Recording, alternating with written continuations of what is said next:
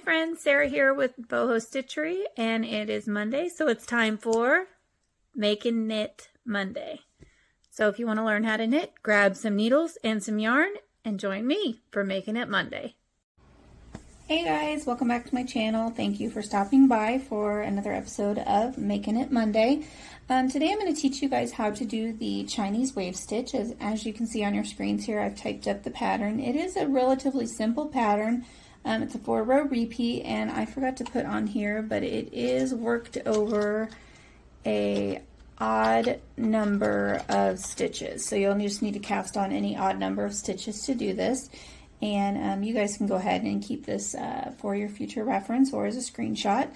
But let me go ahead and get my phone here flipped down so that I can show you. I've made a little bit of a swatch. Wow, that is really zoomed in. Sorry about that, guys.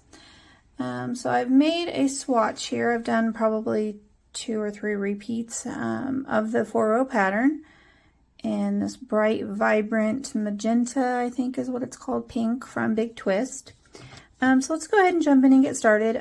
For this sample, I'm just using double pointed needles, but you guys can use whatever depending on what you're making. I think this would make a really pretty scarf pattern for the winter. It's got a nice texture. Okay, so I'm going to go ahead and start. I'm at the beginning of the repeat. So for row 1, it says to knit all stitches.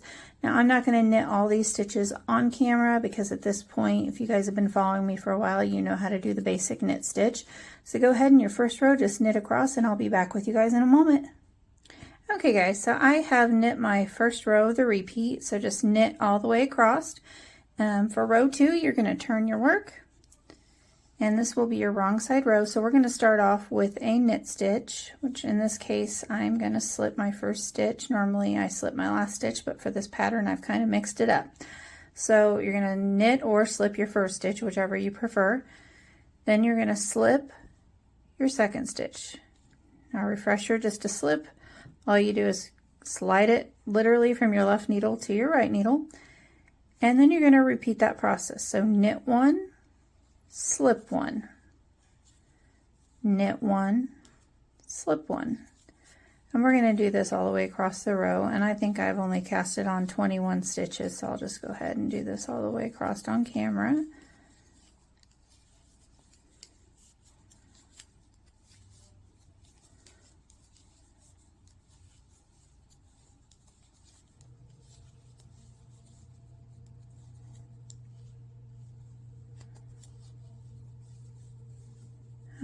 So that's all you're going to do for row 2, guys, is just knit 1, slip 1, knit 1, slip 1, all the way across the row. For row 3, let me get my ball of yarn out of the way here before it falls on the floor. Row 3 is the exact same thing as row 1, so all we're going to do is knit across our row. That's it for row 3. So I'll go ahead and pause, and I will meet you guys back up when I finish row 3. So go ahead and knit across your row. Okay, guys, I am back. I've knit across row 3. And row 4, which is the last row of our repeat, it's a little bit like row 2, but a little bit different. So what we're going to do is we're going to knit 2 stitches and then slip 1 to start with. And now here's where we get into the repeat. So again, to start your row 4, you're going to knit the first 2 stitches and slip 1. Now we're going to get into our repeat, which is knit 1, slip 1, knit 1, slip 1. And we're going to repeat this until we have 3 stitches left on our left hand needle. So I'll go ahead and stay on camera here with you.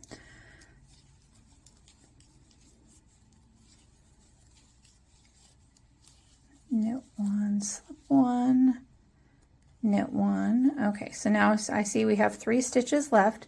Now our pattern says to slip 1 and knit the last 2. Slip 1, knit 2. Okay, so basically row 4 is similar to row 2 in the way that we knit, slip, knit, slip, knit, slip, but you begin and end the row with a knit 2. And what that does, let me see if I can get zoomed in here, is you can see it sort of offsets your slip stitches. So here we've got them going this way, and this is kind of just offsets them. And that's it, guys. That's all there is to the Chinese wave stitch. Like I said, 4-row repeat. I'd say this is a pretty beginner-friendly pattern because literally all you're doing is knitting and doing a few slip stitches, which is super simple.